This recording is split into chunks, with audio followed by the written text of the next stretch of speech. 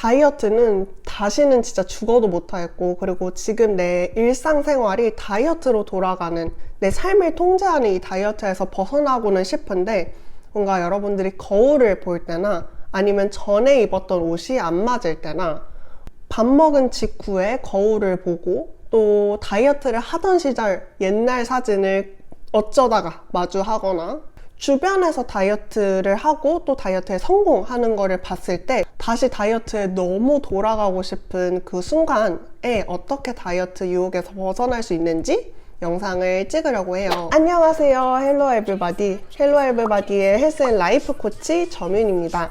헬로 에브리바디는 24시간이 다이어트 생각, 음식 생각, 몸무게 생각, 칼로리 생각으로 돌아가는 분들을 직관적 식사나 탈다이어트 개념을 알려드려서 일상생활로 안전하게 돌아올 수 있게 도와드리는 회사예요. 뭔가 다이어트는 죽어도 다시 못하겠고 정말 다이어트가 나에게 어떤 식으로 지금 삶에 영향을 주는지 아는데 모르는 게 아니고 정말 알아요. 지금 막 헬로 에브리바디 채널도 구독하고 서롱님 정말 애정하는 탈다이어트 유튜버 서롱님 영상도 보고 여러 가지 보면서 아 그래 진짜 다이어트는 진짜 내 길이 아니고 이제 진짜 그만해야지 라고 생각까지 했는데 그런데 이렇게 뭔가 다이어트 유혹을 뿌리치기 어려운 순간들이 올 때에는 대체 어떻게 해야 되는지 어떻게 마음을 다잡아야 하는지 저도 많이 고민을 했던 부분이에요. 다이어트를 돌아가고 싶다는 다이어트 마인드셋이 올라올 때마다 내가 만약에 거울을 보고 다이어트 마인드셋이 올라왔어. 거울을 없애. 내가 인스타그램에 피드에 올라오는 걸 보고 다이어트를 하고 싶어. 그럼 인스타그램을 지워. 이런 식으로 사건에 집중을 하는 것도 의미가 있겠지만 사실은 그 뿌리, 근원에 대해서 얘기를 하지 않으면 이 문제는 영원히 해결되지 않는 거라고 생각을 해요. 그래서 우리가 다이어트 마인드셋이 올라오는 그 근본적인 이유를 딱 3가지로 정리를 해보고 그리고 이제 여러분들은 어느 쪽에 해당이 되는지 나는 어떤 것 때문에 계속 다이어트를 다시 하고 싶은 욕망이 올라오는 건지 체크를 해보시면 그 다음은 해결하시기가 훨씬 수월하다고 믿어요. 그럼 바로 본론으로 넘어가서 첫 번째 이유를 설명해 드릴게요. 첫 번째는 여러분 비교의식인데요. 그냥 말만 들으면 딱 감이 오시죠. 내가 타인과 비교를 할 때 그러니까 인스타그램을 보거나 유튜브를 보거나 사람들 몸매를 보고 그 사람들의 몸과 내 몸을 비교를 할 때가 있겠죠. 이거는 타인과의 비교 첫 번째입니다. 그리고 두 번째는 살짝 놓치기 쉬운 부분인 것 같은데 거울을 보고 나의 과거와 비교를 할 때 내가 전에 입었던 옷이 안 맞거나 전에 과거 사진을 보고 그때의 나와 나를 지금의 나를 비교를 할 때 이게 두 번째 나 자신과의 비교 이렇게 두 가지 갈래가 있는 것 같아요. 근데 이 두 가지가 조금 달라 보이지만 나 자신과의 비교, 타인과의 비교 둘 다 비교 의식에서 비롯이 된 거잖아요. 그래서 이거에 대한 간단한 해결책 여러분들이 생각하실 수 있는 시사점을 하나 얘기를 해드리면 좋을 것 같은데 둘 다 여러분 비교하는 대상이 있잖아요. 비교 대상과 그리고 나를 비교를 하겠죠. 현재의 나. 그래서 정말 재밌는 거는 이 위에 비교하는 대상군은 그들의 하이라이트 그리고 완전 베스트 모먼트를 비교를 하게 되는 거고요. 그 뒤에 비하인드 스토리는 우리가 알 수가 없죠. 왜냐하면 공유를 안 하거나 기록을 안 해뒀을 테니까. 그리고 지금 현재 그것과 비교하는 나 자신은 진짜 날것의 그것 워스트 모먼트 내가 정말 지하를 걸어가고 있을 때 지하를 기어가고 있을 때의 모먼트와 비교를 하게 된다는 걸 아실 수 있을 거예요. 정말 간단해요 여러분. 내가 비교를 하는 대상군도 사실은 엄청 큐레이티드 된 거 편집이 된 그 모습만 우리가 보고 있다는 거를 인지를 해주시는 게 정말 중요한 것 같아요. 최근에 여러 여자 연예인 분들이 자기가 폭식증이나 아니면 식이장애를 겪었다고 얘기를 해주신 기사를 몇 개 많이 봤었어요. 사실 근데 우리는 그 이야기를 잘 모르잖아요. 그분들이 어떻게 식단을 관리를 했고 그리고 그게 폭식증으로 이어졌고 식이장애로 이어졌다는 거를 우리는 사실 알 턱이 없고 우리가 비교를 하는 거는 그분들이 정말 3시간을 공들여서 30명의 스태프가 이렇게 세팅을 하고 머리도 세팅을 하고 옷도 입고 그거를 나의 지금 현재와 비교를 하는 경우가 많기 때문에 사실 이걸 비교를 한다는 것 자체가 말이 안 되는데도 우리는 비교를 하게 되는 거죠. 우리는 보이는 것만 믿게 되는 거니까요.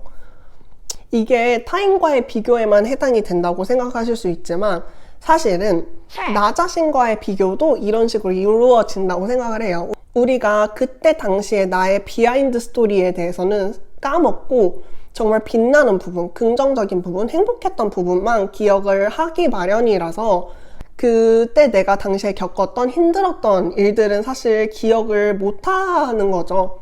왜냐하면 지금 당장 내게 급급한 거는 그때의 몸매이니까. 그래서 이거 둘 다 여러분, 내가 지금 비교하는 대상이 너무 말도 안 되는 거에 비교를 하고 있다는 걸 인지를 해주시는 게 되게 중요한 것 같아요. 그들이 뒤에서 겪고 있는 문제는 우리가 알 수가 없고, 그리고 심지어는 그게 내 자신이라고 하더라도 기억을 조작해서 내가 전에 힘들었던 부분은 삭제를 하고 빛나는 부분들만 비교를 하기 때문에 사실 더 극단적인 비교를 하게 되는 거거든요.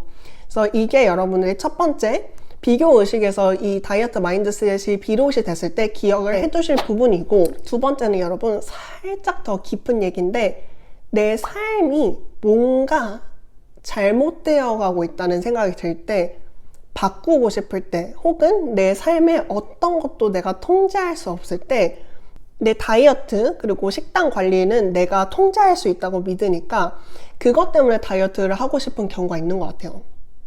이거 진짜 저는 처음에 깨닫고 머리가 진짜 땡 했던 부분이었거든요. 여러분 새해에 다이어트를 하거나 아니면 고시 준비를 하면서 다이어트를 하거나 혹은 뭐 입시 준비를 하면서 다이어트를 하거나 많이 들어보지 않으셨나요? 내가 초반에 다이어트를 할 때는 이 느낌이 드는 게 맞고 이렇게 느끼는 게 맞다고 생각을 해요. 내가 다이어트를 통해서 내 삶을 통제하고 내 몸도 통제할 수 있다는 믿음. 근데 이게 장기적으로 봤을 때 절대 이게 의지력이나 통제력 문제가 아니라는 거를 사실 인정하기가 어려운 거죠. 내가 처음에 다이어트를 성공을 했을 때는 정말 내 노력과 의지를 통해서 다이어트에 성공을 했었으니까. 그러니까 지금 내 삶이 뭔가 잘못되었다는 느낌이 들을 때 새로운 나, 다시 올해에는, 이번에는 새롭게 정말 달라지고 싶은 마음에 다이어트를 하고 싶다는 생각이 드실 수 있어요. 다이어트를 반복을 하다 보면 내 몸에서는 기근 상태로 이거를 받아들이거든요. 근데 내 몸은 내가 일부러 체중 감량을 한다는 거를 알지 못하기 때문에 생존을 위해서 결국에 계속 음식을 더더욱 갈망하게 하고, 왜냐면 그래야지 얘가 먹으니까. 이런 식으로 우리가 내가 생각했을 때 내 머리, 마인드로 통제할 수 있는 부분이라고 생각하는 것조차 사실은 통제할 수 없는 부분인 경우가 많은데, 다이어트로 이걸 통제할 수 있다고 믿는 것 자체가 어불성설인 것 같아요. 그래서 여러분들이 혹시 새해에 맞이 다이어트를 결심을 했다면 이거에 해당되는 게 아닐까. 내가 근본적으로 내 삶의 어떤 것에 불만족감을 느끼고 있는데 다이어트를 하면 이 불만족감이 사라질 거라고 상상을 하고 믿고 다이어트를 하시는 건 아닐까 한번 체크를 해보시는 게 중요할 것 같아요. 세 번째는 다이어트가 나를 증명하는 수단으로 사용되는 경우예요. 내 존재 가치를 증명하기 위해서 다이어트를 하는 경우가 너무너무 많거든요. 나의 존재 가치를 증명하려면 예쁘고 말라야 한다는 믿음이 정말 사회적으로 뿌리 깊게 박혀있는 믿음인 것 같아요. 이 경우는 너무 많은 것 같아요. 사실 내가 사랑받기 위해서는 말라야 되고 예뻐야 되고, 그 사랑받는 대상이 누구이든 연인이 될 수도 있지만 심지어는 가족이 되는 경우도 너무 많이 봤고요. 예를 들면 어머니께서 계속해서 너는 말라야 된다, 여자는 말라야 된다, 여자는 예뻐야 한다 라는 믿음이 견고하신 분이라면 내 딸이, 내 아들이 마르지 않고 예쁘지 않았을 때 이거를 견디질 못하시는 거죠. 그래서 계속 살을 빼라고 얘기를 하시는 건데 이게 받아들이는 사람 입장에서는 내가 살이 빠져야지 사랑받을 수 있구나 라고 받아들이게 되는 거죠. 이런 경우 정말 가슴 아프게도 많이 봤는데, 여러분들은 다른 사람을, 누군가를 사랑할 때 어떤 이유로 사랑을 하시나요?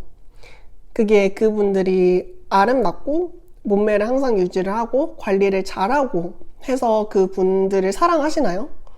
그게 여러분들이 그분들을 사랑하는 이유라면 사실 할 말이 더 없을 것 같지만 그게 아니라고 믿어요.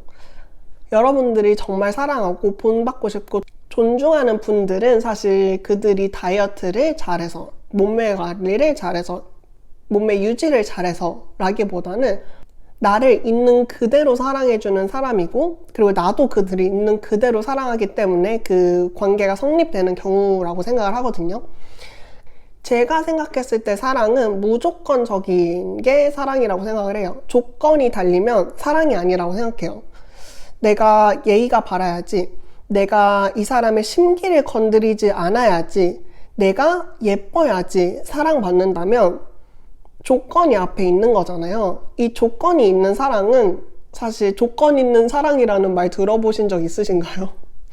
그냥 말이 안 된다고 생각을 해요. 그래서 여러분들이 만약에 다이어트를 나를 증명하는 수단으로 이용을 하신다면 이 상대방, 그러니까 내가 이거를 신경 쓰는 상대방이 내가 그렇지 않았을 때, 내가 생각하는 그 모습이 아니었을 때 나를 사랑하지 않는다면 이거는 진짜 사랑이 아니라는 거를 기억을 해두셨으면 좋겠어요. 그게 가족이 되든 연인이 되든 친구가 되든 너무너무 마음이 아프지만 사랑은 무조건적이어야 되는 거니까요. 그래서 그 조건에 나를 맞추려고 하지 않으셨으면 좋겠어요. 그건 저도 너무너무 오랫동안 많이 생각을 해온 거고, 그리고 그 조건에 나를 끼워 맞추려고 많이 노력을 했었는데 어느 순간 이 조건에 끼워 맞추는 삶이 너무 힘든 거예요. 그리고 그 조건을 만족하지 않았을 때는 나는 사랑받을 가치가 없다는 생각이 드는 것도 너무 힘들고 그랬던 것 같아요. 어쨌든 그래서 여러분들이 내가 이 존재 가치를 증명하기 위해서 혹시 다이어트 하는 걸 아닌지 다시 생각을 해보셨으면 좋겠습니다. 그래서 여러분들은 이 3가지 원인 중에서 어떤 거에 해당이 되시는지 아래 댓글에 나는 이런 것 때문에 다이어트를 계속 돌아가고 싶었던 것 같다 공유를 해주시면 또 저도 댓글을 달고 다른 분들도 댓글을 달아주실 것 같아요. 그러면 오늘도 영상 끝까지 시청해주셔서 너무 감사하고 오늘도 몸과 마음과 연결된 하루 보내시길 바라면서 이만 영상 마무리하도록 하겠습니다. 그럼 여러분 다음 주에 만나요. 안녕.